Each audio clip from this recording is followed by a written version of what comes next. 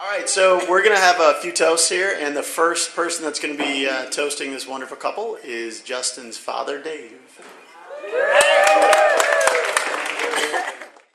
We want to thank you all, we being Debbie and myself and Jim and Atsuko, for your being here tonight.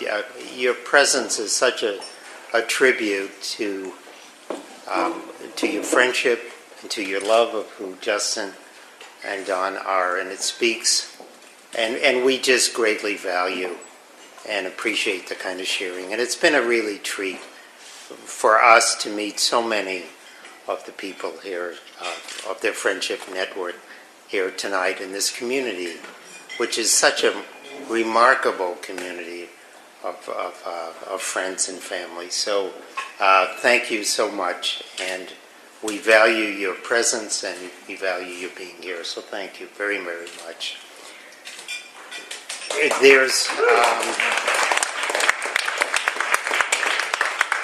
There's been so much work involved in creating this marvelous opportunity for us to be together. And the work has taken many, many months, and I've seen portions of it over the past several months, and certainly over the past few days. And Dawn, multiple emails, and Justin, and Atsuko, who's had the beautiful banners that we've seen in the Welcome Hall, and Debbie, who's given her heart and soul to so many aspects of this, and Peaches, who's worked so hard. Thank you, Peaches. And Nils and Mindy, who obviously a critical part of this process, and so many others. So they've been a huge part. So again, they really deserve another round of applause, because it's taken many, many years. There's a scene behind the scene. There's an Islandwood staff that has contributed greatly to our ability to have such a fun wedding weekend. And I've asked them to be present, so they're not just behind the scenes. I mean, they're part of our ability to enjoy this weekend. So I'd like Allison and Kaylee and Jim as the chef to come forward. This is Kaylee, this is Allison, this is Jim, and they have helped allow us to have this magnificent experience. And I want to say, when we first came out at the end of May to see what this Islandwood environment was like, we had the opportunity to spend some time with the three of them. And it was such a treat. And Jim, as you were describing your various menus, there was such artistry involved, and so much skill and so much talent. And we've all witnessed that over the past two nights. And so, again, Jim, thank you. And the staff, etc. And Allison and Kaylee, have been a critical part of all of us just sort of absorbing this fabulous environment. And I know specifically that Kaylee and Dawn have exchanged several hundred emails to allow us all to have this. So again, we appreciate all of your effort. So thank you so much.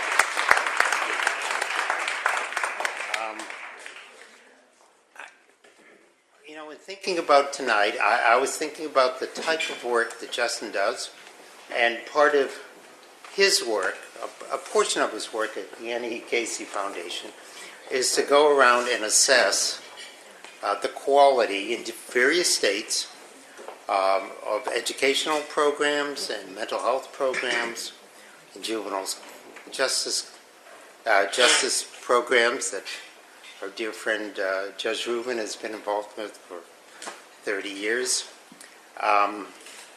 And part of what the language he tends to use is evidence-based practices and value-added dimensions. So I was wondering, what if we use that same criteria to assess who Justin and Dawn are?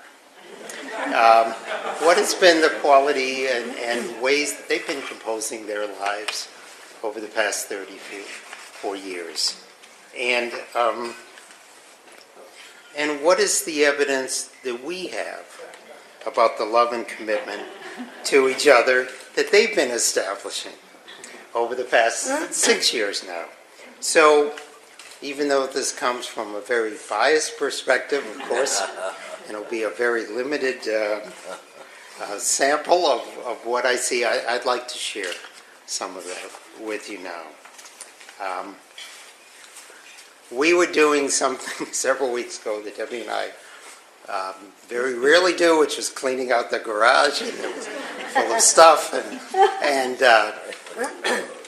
so we were cleaning out some information. I came across a file folder that I haven't seen for basically 20 years.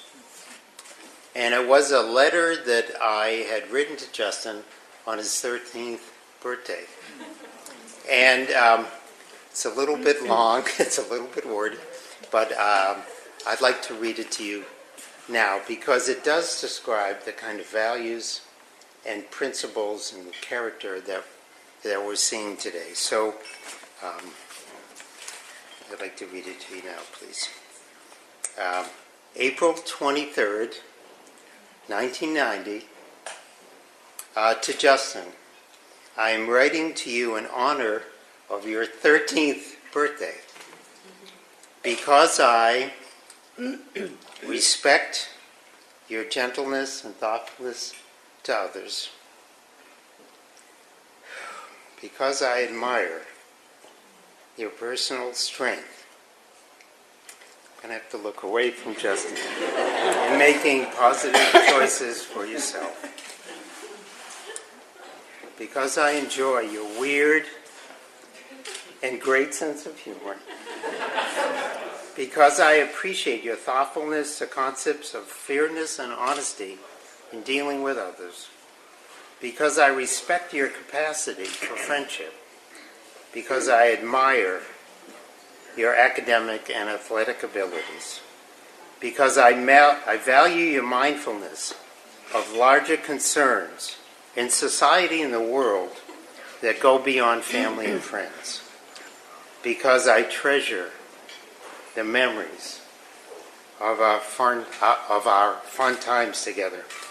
Because I appreciate your energy level and love of life. You've given us so much pleasure by being you. And I am so grateful to have a person and son in my life like you. I love you, Dad. 13 years old. So you never sent it to him? So, I mean, as I think about the 21 years that have gone on since that time, Justin has really established so many of these strong, positive personality traits and empathic concerns that are so evident today and are embedded in this fabulous community of friends and family. And how he's used these strengths and his value system to guide his professional and personal life. Debbie and I continue to be extremely grateful to have a son like Justin in our life and in our lives. And we've been adapting to this strange and somewhat weird sense of humor over the past 21 years. Now about Dawn. So what is the evidence we have about who Dawn is and the type of life and how she's been defining herself and composing her life over the past 30 years? You've heard over this weekend about this remarkable set of skill sets from a leadership standpoint, an academic standpoint. At University of Washington, it's just unbelievable what she was able to accomplish there, and then Trinity College in Ireland, and of course Princeton and Yale Law School, and her international human rights work in Cambodia, and Mexico, and Brazil, and Sierra Leone. And she's given so many presentations in so many different settings, but also including the U.S. Congress and also a Human Rights Committee in Geneva, Switzerland. But most of you do not know about another significant achievement on Dawn's part that she's also completed with great success. And this achievement involves this family experience that all potential spouses in our particular family system must subject themselves to and complete. And this family rite of passage is called Christmas Week with the extended family at Julie and Jock's. And here they are. You're all invited. And this is a very intense week of nonstop eating and opening presents and game playing and laughing and watching movies. And I don't know where Adam is at the moment, but there may even be a modicum amount of sarcasm and teasing that occurs during this week as well. Well, when Dawn came into her first Christmas with us 6 years ago, there were certain traditions that had been established over the preceding 38 years. We've been so fortunate. This next Christmas will be our 43rd. So someone new coming into this setting comes into a family culture that does not automatically understand how all of these traditions work. But within a few hours of joining us, Dawn had seamlessly adjusted to the group's humor and style, and it was as if Dawn had been there forever. This was so remarkable. And what was also remarkable, at the end of this week, Justin asked me what I thought about Dawn. And I said, Justin, on a scale of 1 to 10, Dawn is an 11. But it's 6 years later now. And given this framework, we have a lot of other data. And we've been fortunate to share so many experiences with Justin and Dawn. And we've had multiple Christmases since that time. We've traveled to Costa Rica and Nicaragua together. We've had multiple visits to Washington, and we've had some visits to Seattle and San Diego, that magical year in San Diego, and of course, time in Colorado. And if Justin was to ask me that same question again, so Dad, what do you think about Dawn? I'd now say, well, Justin, with all the evidence from our family experiences that we've shared with Dawn over the past 6 years, and all the value-added ways that Dawn has contributed to your life, to our family, and to our extended family, and the reality of the love we all feel for Dawn, on a scale of 1 to 10, Dawn is a 1,000. Yes. All right. Yes. It's a 1,000. And we feel that so deeply. So, Justin and Dawn, with all the evidence that we need to know that you are both compassionate, deeply talented individuals, and together you have created a deep love and commitment to each other, one that is based on such a strong foundation of friendship, of mutual respect, of values, of humor, of love or new adventures, a commitment to public service, and just an overall appreciation and delight in being with each other. And there's one added bonus here, that you share a special love of a furry, cross-eyed, somewhat rotund Himalayan cat named Kuma. Cross-eyed. So please raise your glasses now. To Justin and Dawn, we love you, and we all wish you a very long and consciously loving marital relationships. We love you. Hear, hear.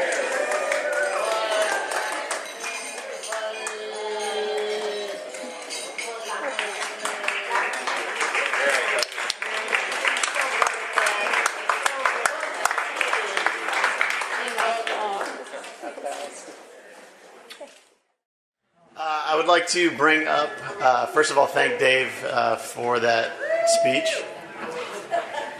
Toast, sorry. And bring up Dawn's best friend from college and the best woman in the wedding, Peaches. Hi, I'm Peaches. Yes, you are. And please bear with me because this might be the most nerve-wracking moment of my entire life. Oh my God, you're the best. Okay. So I had a totally different toast prepared coming into this weekend, but since arriving to this completely magical place and meeting this amazing and phenomenal community that support Dawn and Justin, my toast kind of just went by the wayside. And I'm up here, and that's actually all the notes I have. That was just for show. I'm speaking from the heart at this point.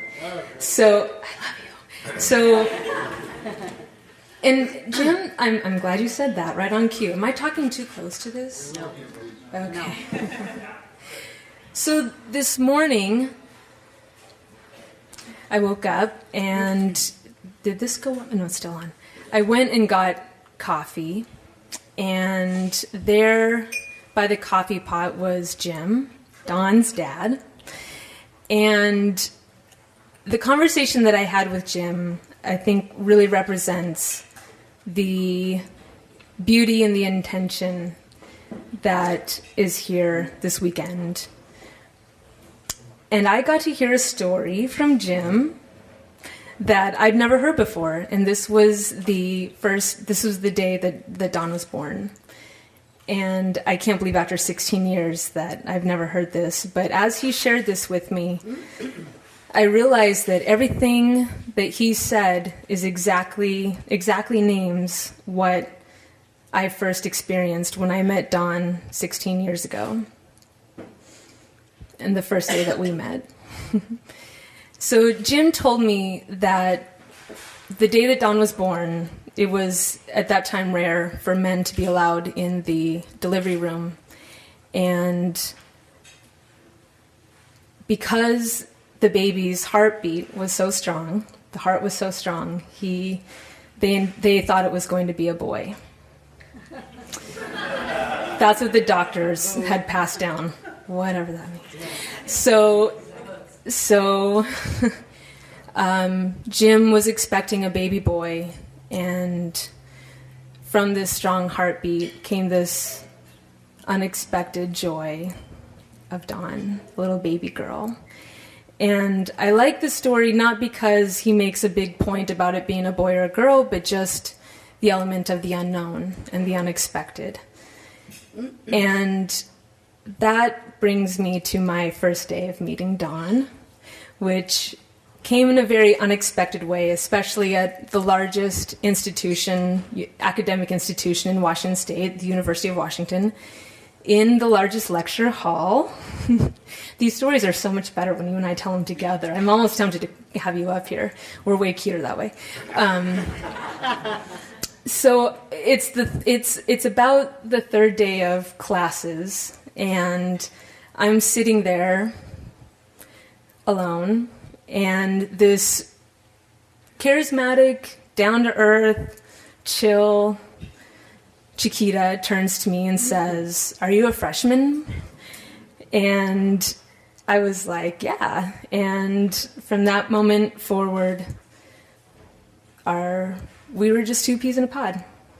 Just two peas in a pod. And we probably spent more time that year pulling all-nighters, talking about life and continuing our adolescence and growing into adults. And there's a lot of really, really good stories, but you'll have to get a lot of sake shooters in me before I share some of those. But really, like, I look back at those times, and it's everything you hear of and you dream of and you hope that you'll have from your college experiences. And right down to, we took Music 162 together. Not Music 162. We took an opera class together, and I remember Dawn holding these signs up in class, cheerleading me on, and now I'm just getting flooded with memories, so I should probably try to figure out where I was going with that. But by the end of the year, I had so many memories and so many experiences traveling to San Diego to escape the gray Seattle weather, and I had solidified in Dawn a big heart and a strong heart and a life of unexpected turn of events and joy.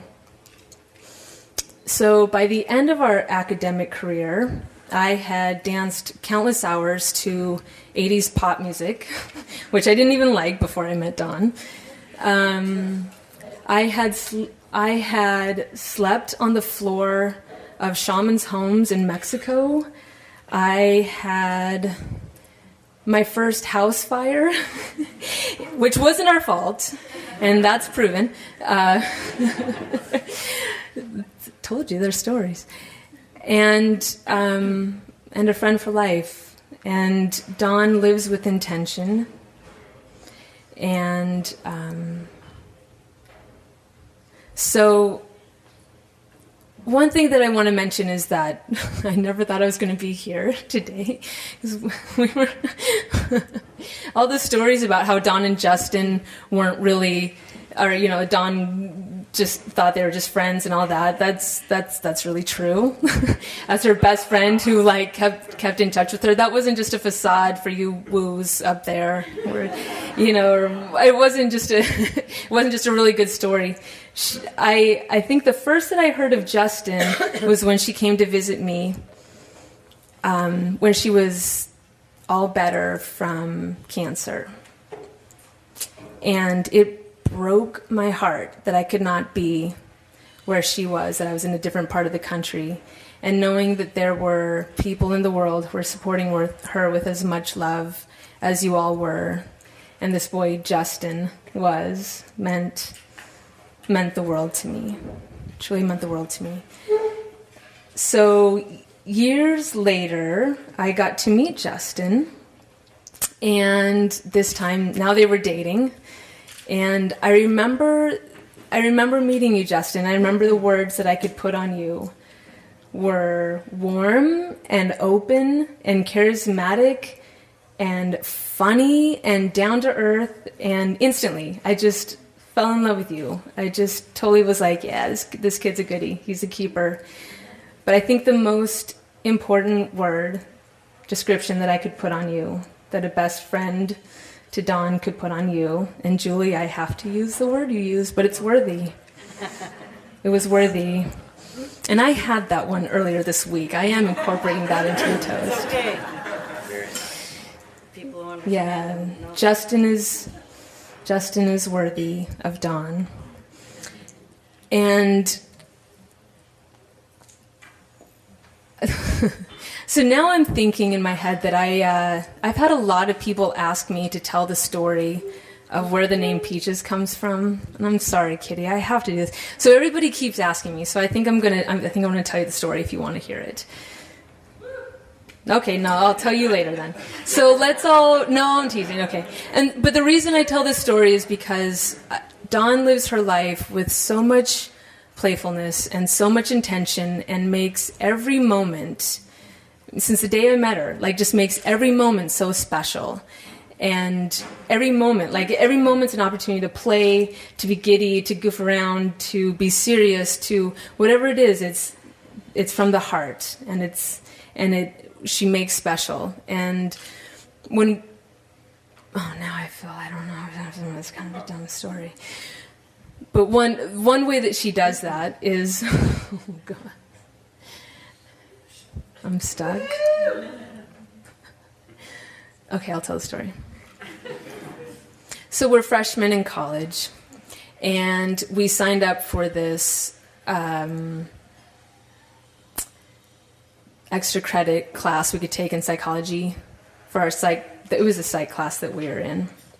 And we had to come up with secret agent names and mottos for this experiment that we were going to be in. And Dawn has a black belt in karate, so she wrote down Karate Cat kicking down the competition. And I did not know what to write down, so on the way over there, we'd been singing the Steve Miller song, The Joker, that, really love your peaches, want to shake your tree. So she was like, why don't you put down peaches, really want to shake your tree? And I was like, I love it. And just because every moment is meant, everything matters, everything's intentional, everything's special. When you have a really close relationship with Dawn, we decided we needed nicknames, and we became Kitty and Peaches from there on. So that is the last time that you'll ever hear me refer to her as Dawn. From here on out, I can finally say Kitty, and it's out of the way, and I'm really, really, really grateful that I can do that.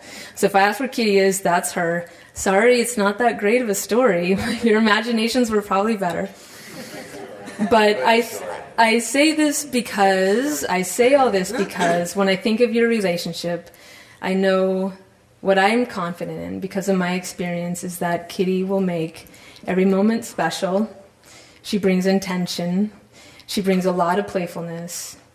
And she's met with that same intention, that same specialness, that same strong heart, and that same unexpected joy. So thank you for that, Jim, for naming that. So to a life of strong heart and unexpected joy. Very nice.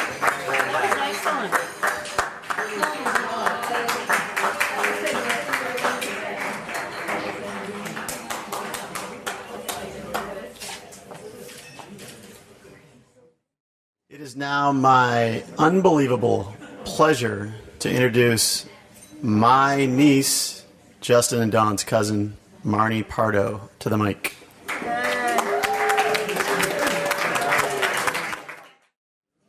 Hi, I'm Marnie. I'm Justin's cousin.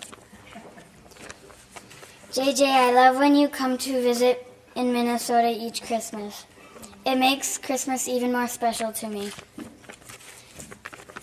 Dawn, you have felt like part of the family for many years, but I like that it's official. I am glad you met each other. You guys were meant for each other. We have those little flower bouquets, and I found a petal on the table, and it has two different colors, and they're combined. The purple reminds me of Dawn, and the orange reminds me of JJ, and I want to give it to them.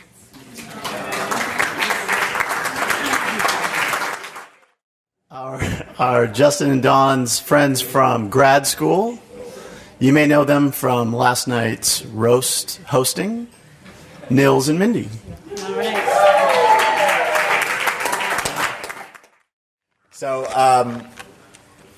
we introduced ourselves last night, so we're going to skip over that tonight. But I first met Justin in Princeton, New Jersey, when he was a prospective student at the Woodrow Wilson School, and he was visiting to see if it was a place that he wanted to attend. And we met in the basement bar of the graduate school dorm, a place called the D Bar, that is a special place for many of us, near and dear to our hearts. And so on this night, we were drinking beers and hanging out and playing games and trying to hit on some girls. And it struck me that here in these hallowed halls of this Ivy League institution, where we were at a public policy school, where we were being indoctrinated with the values of public service and social justice, here I found someone who shared a deep enthusiasm for the things that mattered most to us, namely foosball. So I could tell right away I was going to like this guy. And I remember when I met Dawn, I was in the grad lounge, and Dawn was typing on her laptop, and she was watching CNN, and someone would come in, and it was Yuriko, and she'd talk to her in Spanish, and she'd be like, Yoko, in Japanese, and she'd be like, Yoko-san. And then someone would come in, and she'd be like, oh, hola. And then another student would come in who was like Portuguese, and she'd be like, oh, bom dia. And like totally chat with them in that language. And then another student would come in, and she'd talk to them in a language that I could only think of as econometrics, because I didn't understand it. And she was like, Sushaka econometrics, blah, blah, blah. And the whole time she's like also typing and flirting and watching CNN. And I'm like super impressed. And we started talking in English and B-Track Econ. And I was like, so what do you, like I thought it was like emails or she was just like chatting. And she was writing her thesis, like her master's thesis, like while typing, talking in 4 languages and watching CNN. And she started telling me about it, like it's about identity and it's so interesting. And I'm like, that's really interesting, but we're getting away from the point, which is like, what are you doing? You're writing another thesis because you're currently in school getting a thesis. And I was just super impressed. And at that time, the handlebars on my bike had gone backwards, and I had pretty much stopped doing homework altogether until I could figure out what was going on with my bike. So I was especially impressed that Dawn was multitasking in this super amazing way. And in my memory of this, Dawn, I swear to God, you were also knitting.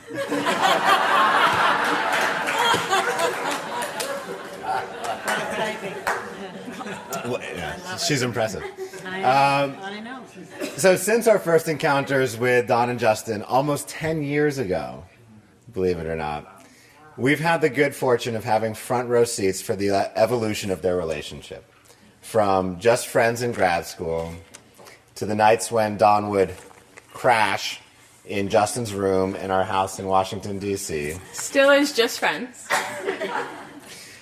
To deciding to move the relationship out of the friend zone, and now to husband and wife.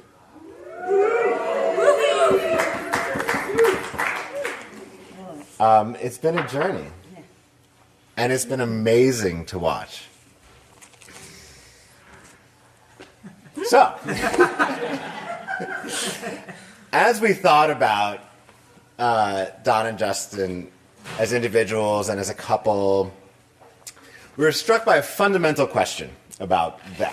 And it's kind of been resonating through a lot of the toasts and what people have been saying over the course of this weekend. And it really gets to the matter, the heart of the matter of All of this. Dawn and Justinness. And here's the question. Are Dawn and Justin cool kids who are a little bit dorky? Or are they dorks who can sometimes be kind of cool? Exactly. I'm glad we finally named it. So the puzzle that we present to you is D and J. Dorky cool kids or cool dorks?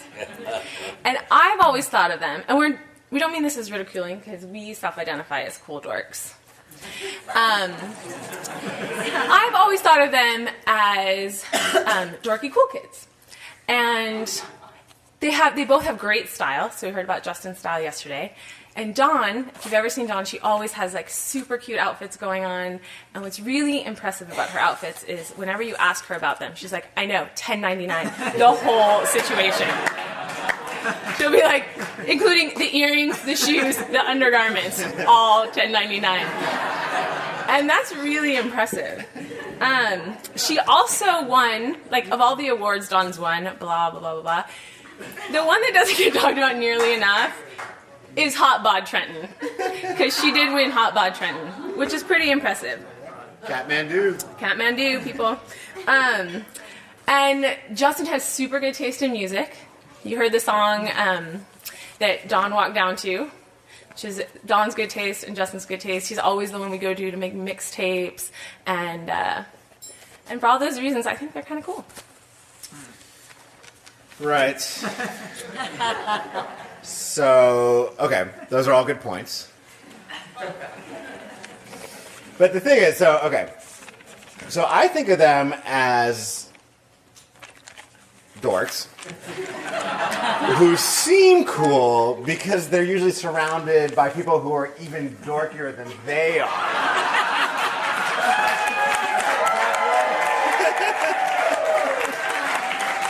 You know who you are.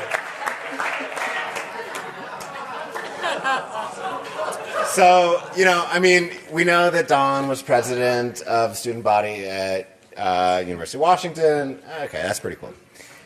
She was also president of her high school. Okay, starting to get a little dorky. And she was president of her elementary school. Super dorky.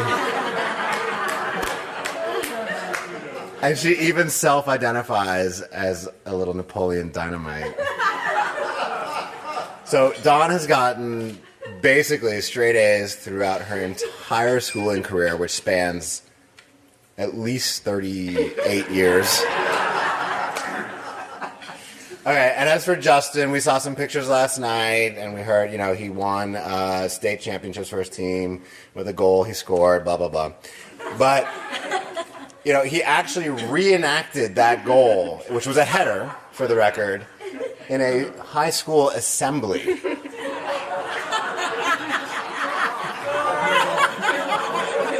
With no ball.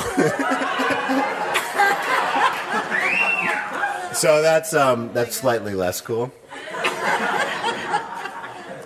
And we also heard Justin he loves music and he had a radio show in college.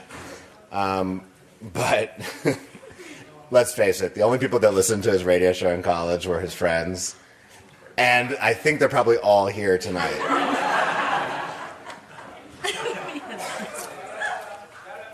Okay, those are all really, really good points. I did forget one thing about Dawn, which is that I don't know if this makes her cool, and it's certainly not as important as the fact that she is super nice, super smart, and has a huge heart. But she is drop dead gorgeous. And not just tonight when she's stunning, but when we're in school, first thing in the morning, going to class in her sweats. Doesn't she look beautiful? Yes. Good job, JJ. But I have to say, Nils, those are all really, really good points about the dorkiness, because how can we explain fantasy football with Justin, which is pretty dorky? So when we lived in the house together in DC, Justin would be in one room, on his computer with a beer alone, and Nils would be in his computer with a beer alone, doing totally fake, not real trades, and caring so deeply about them. So Justin would run into our room and be like, "Oh my God, can you believe Carl traded Jonathan McNabb for John Elway?"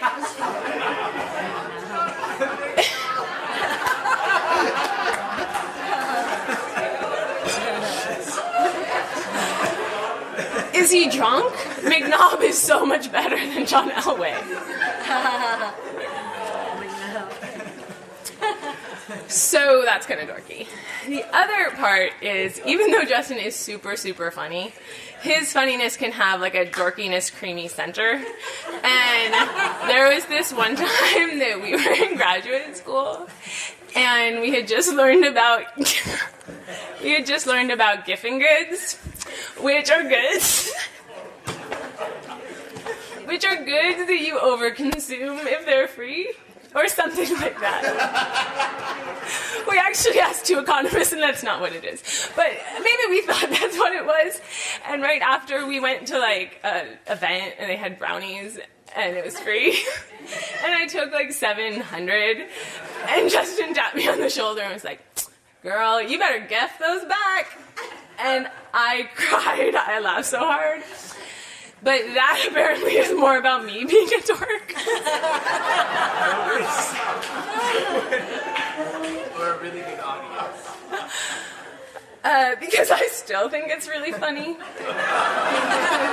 So I'm not sure where that leaves us in the dork pool game.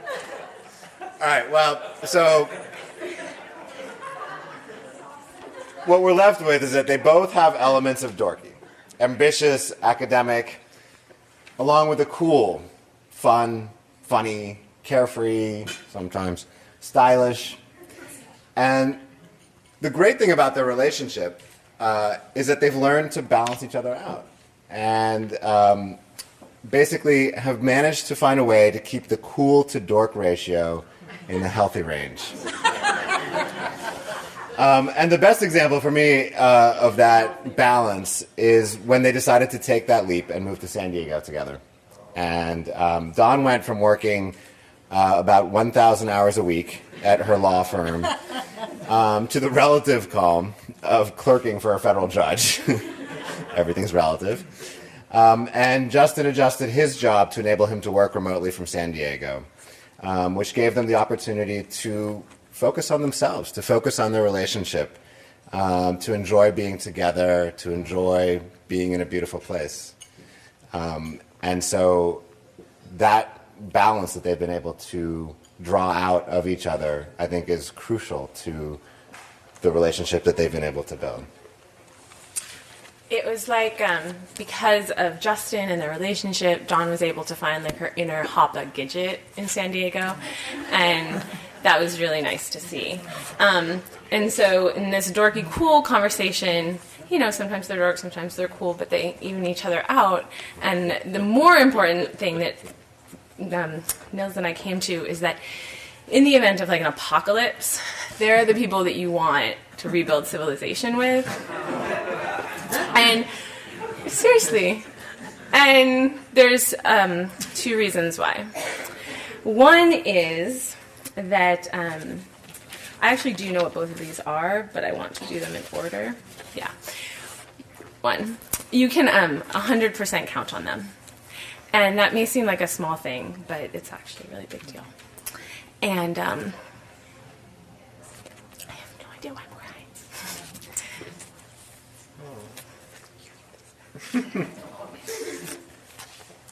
crying. So what Mindy was going to say is that they're really, really good people. And it's like an old-fashioned kind of good. Like wholesome 1950s small-town Christian good. Except they're not wholesome and they're not Christian. I wrote that line. So Dawn's a super good friend. And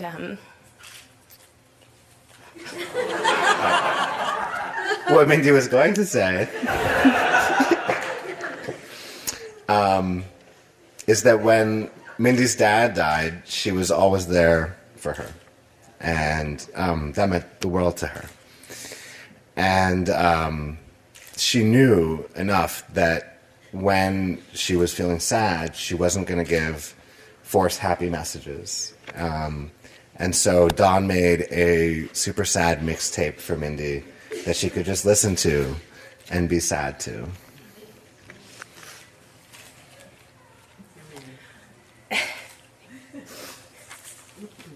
so that worked out really well. And when Dawn was sick, Justin was a really good friend because he's a really good person too. And at that time, he was just a friend. It's not like he was more. And people can be really weird when people get sick. but Justin was totally there, and he was there as a friend, and he was there to also be funny and make Dawn laugh. And when Dawn went through iodine treatment, he was like, I'm totally going to make you iodine-free pancakes, which I think he still owes her. Each day on that. And we went to visit Dawn in the hospital, and we were going to get her balloons, and I was like, here's the balloon that says, like, get well, and I'm looking at those, and Justin came over with a bunch of balloons, and he was like, I found them. It's like mazel tov on your breasts, and like, I can't believe it's twins. And we went up and we gave them to Dawn, and it totally made her smile and laugh, and it was a big deal that he could be there, and he knew just how to make Dawn laugh. And the other part is that they're really kick-ass, but their kick-assness is like inspiring. And so when Dawn was diagnosed, I was with her like the day she got diagnosed, and I was with her through her hospital appointments and things that happened after. And it was just really inspiring to see how she dealt with it, and like did her Dawn mega research, and was scared like anyone would be, but just the person that she is, so brave and full of grace. And watching her deal with it, I looked at her one day and I was just like, I'm totally inspired by who you are, not because you have cancer or whatever, just like who you are and how you're dealing with it. And I wasn't the only one that felt that way.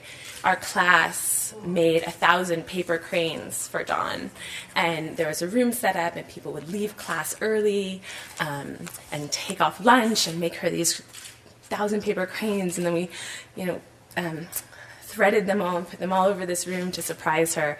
And, we wouldn't do that for anyone. That was because Dawn was so inspiring. This part's yours too. Oh, hold on.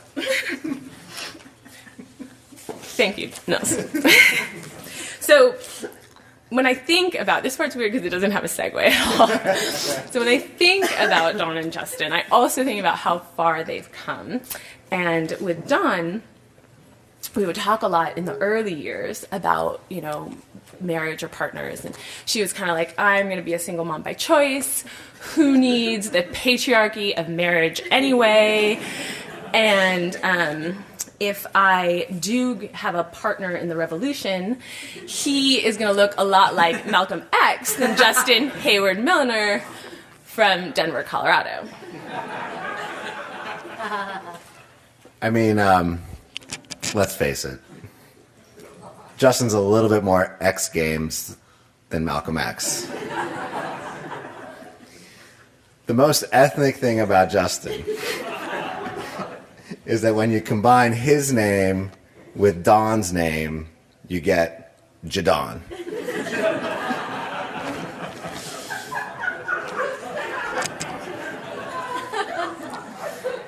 But the thing is, Justin's got soul.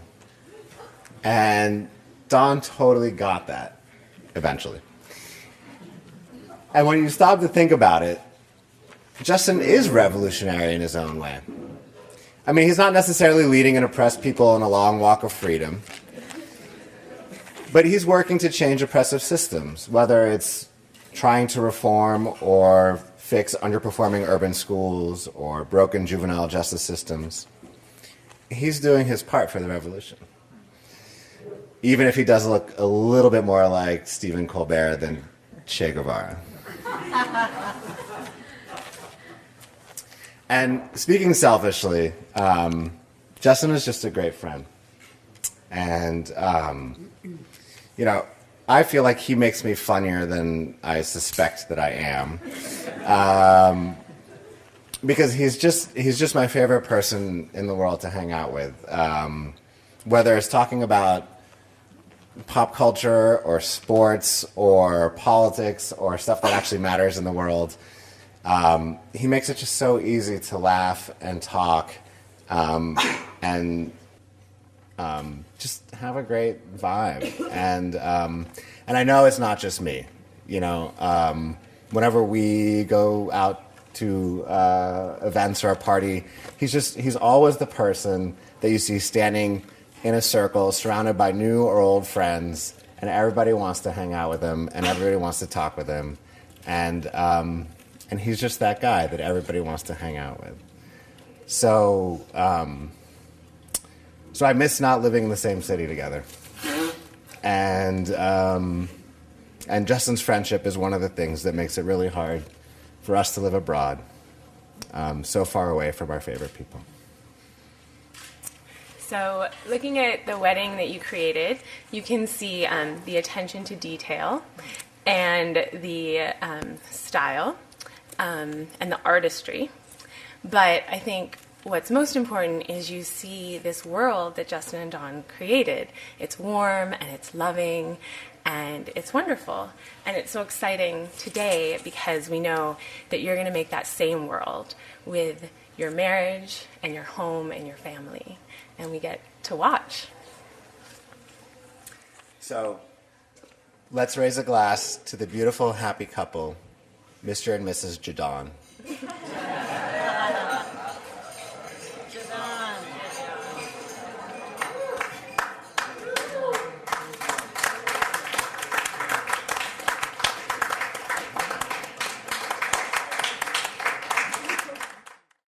Just going over our schedule that Dawn sent out, and it looks like I should be saying something nice about the couple in 3, 2, 1. Hello, I'm Adam. As I mentioned before, I'm Justin and now Dawn's cousin.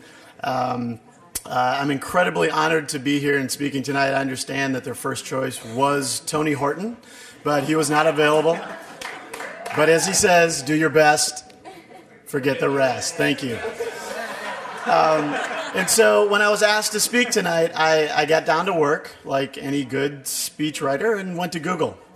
And besides finding the toast that Justin plagiarized and gave at Keem and my wedding, I didn't see much. So then it hit me what I like so much about Justin is it's because he and I are so much alike. Little self-centered, I know. Justin and I, as just sort of a list here, were both given the middle name Hayward after our grandfather. We both got married at age 34. We both married Amur Asian women, both of them incredibly hot. At different times, Justin and I both lived in South Mission Beach, San Diego. Weird. And after a visit to a karaoke bar a couple of winters ago, in a cold Minnesota winter night, we found ourselves performing in an impressive rendition of the Digital Underground's The Humpty Dance is your chance to do the hump. So, the list goes on. Let's see, Justin went to a couple Ivy League schools. I went to a school with a girl named Ivy. Justin flies around the country assisting states with their juvenile justice systems. I'm juvenile. This part, it's uncanny. When I eat, I stuff my face. When Justin eats, there's stuff on his face. And one winter, as a surprise, I bought my wife Keem a winter coat, and as a surprise to us all, he tried to wear it actually that night. I'm just glad that gin is not on the menu tonight, Dawn. So for your sake, the list goes on. And in fact, Dawn and I have a couple things in common besides our beautiful Asian features. We're both pescatarians. She's got unbelievable ambition. She's dedicated, speaks all these languages, makes the world a better place. I can burp the alphabet. So anyway, I am unbelievably happy for the two of you. I've gotten the chance to know Dawn over the past many Christmases, and being the incredible person that Justin is, I never thought you'd be able to find someone who could challenge you, who could laugh at your jokes, and who could actually make you a better person. And in JJ, although we don't get to see each other very often, I do. As somebody mentioned last night, you're a brother from another mother. I really feel like whenever we get to hang out, phone, Skype, tweet, blog, all that stuff, we have such a great time. So I am unbelievably excited about watching you grow up as a couple, and even more excited to see you guys as parents. Hayward is a middle name for one of your kids. Peace out. And I am so glad that you all are here and in this beautiful space together with us celebrating our marriage together. It's official. It's totally official after all these years. I wanted to thank all of you for coming. I also wanted to thank some people who were really instrumental in making this weekend happen. The Islandwood staff, who Dave's thanked so graciously. Also, I want to thank as well everybody who has made everything happen here, the cooking staff, Jim, the chef, and Kaylee. I really have written about 10,000 emails. I'm surprised the email servers didn't break down with how many emails I have sent to the staff here and to Kaylee in particular. But I really appreciate everything that they've done to make this weekend so special, and it's been absolutely wonderful. There's also some people who are very close to us who have helped so much with the execution of this wedding. Two people in particular that I want to thank are my wonderful brother Charlie and my wonderful sister-in-law Eddie, who I love so much. And they have, at this point, we're all from Seattle. I grew up here, but my parents have moved to California, so Charlie and Eddie are sort of the Hewitts holding down the Seattle front.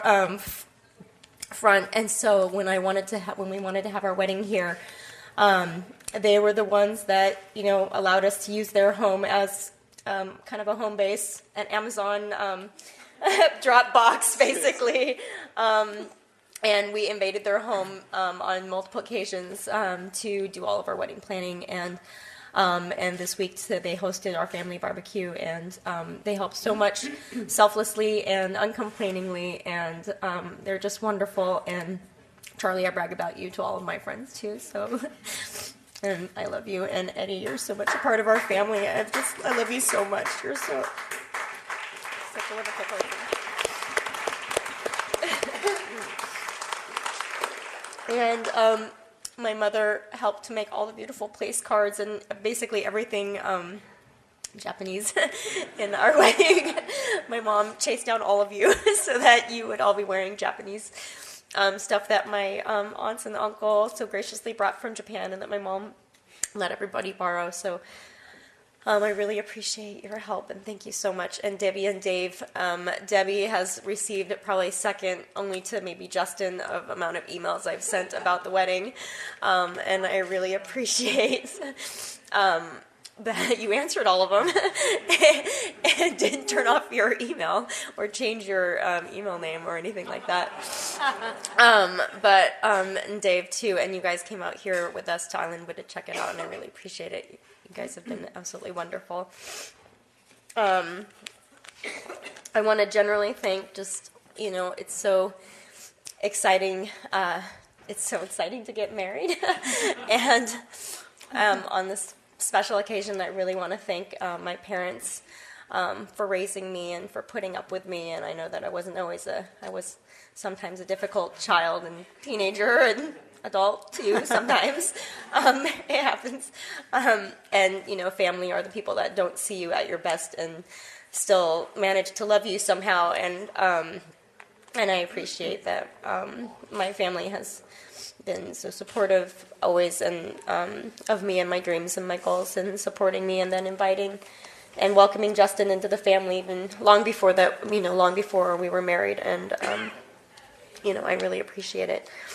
And I also want to thank my Japanese family. I'll say something in Japanese in a second, but I do want you all to know how much they mean to me and how much they have been so open and welcoming to me.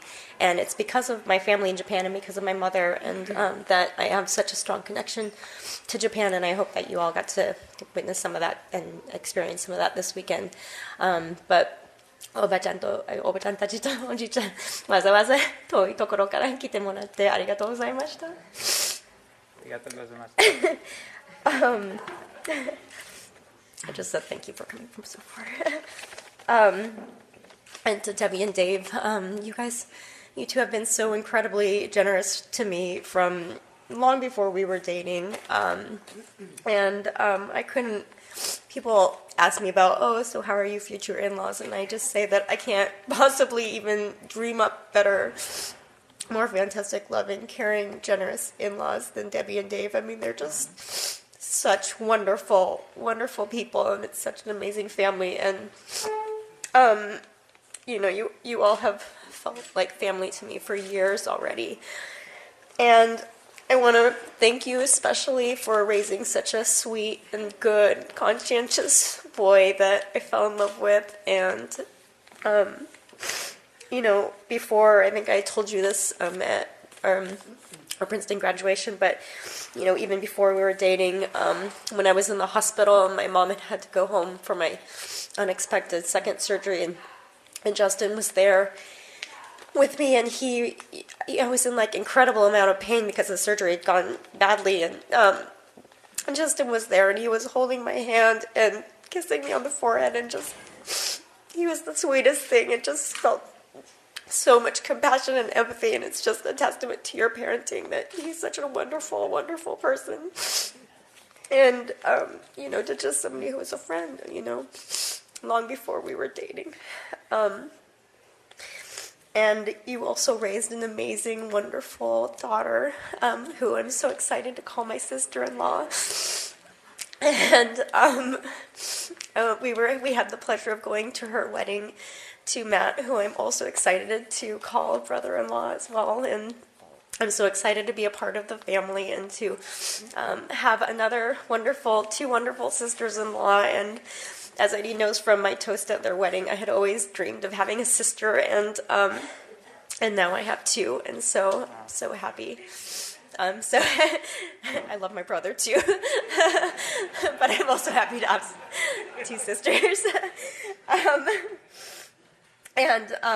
So I just want to say I'm so happy to be a formal part of your family now, and having gone to Christmases in Minnesota, Julie and Jock and the whole family in Minnesota have made me feel like family from day one, and even inducted me into the Lotus Sisterhood long before I was ever even ever married to Justin. And I'm sorry for the quick inside joke, but I have to say I joked for a very long time that I would be Bill Briesmeister.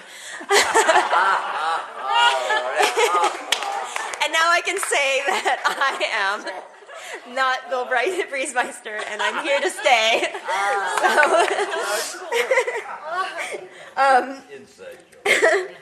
But I'm so excited to be a part of both Debbie and Dave's family, and also the extended family, both Debbie's side and also Dave's side. You guys also have been so kind to me at family reunions and every time we've met, and I'm so excited to have Justin be a part of my family, and I'm so excited. We wanted to have you all here together at a place like Islandwood, and to have an entire weekend for the wedding, so that we could really create this sense of family and community. And that was why we intentionally created a wedding, sort of destination wedding weekend, although, destination in my home. But you all really are family to me. You've already heard, I've been through some, difficult moments, and a lot of you have been there for a lot of those moments. And to each and every one of you, I really appreciate all your support and all those moments, and your support of my relationship with Justin. And our happiness is your happiness too, and I'm so happy that you guys are here, and I hope we can party it up. Hope we can party it up on the dance floor and continue the good vibes. But I'll just close by saying thank you. Really, I know a lot of you traveled from a really long way and cleared your schedules to be here, and I really, really appreciate it. It really means a lot to me, and it means a lot to Justin too. So thank you so much. And cheers.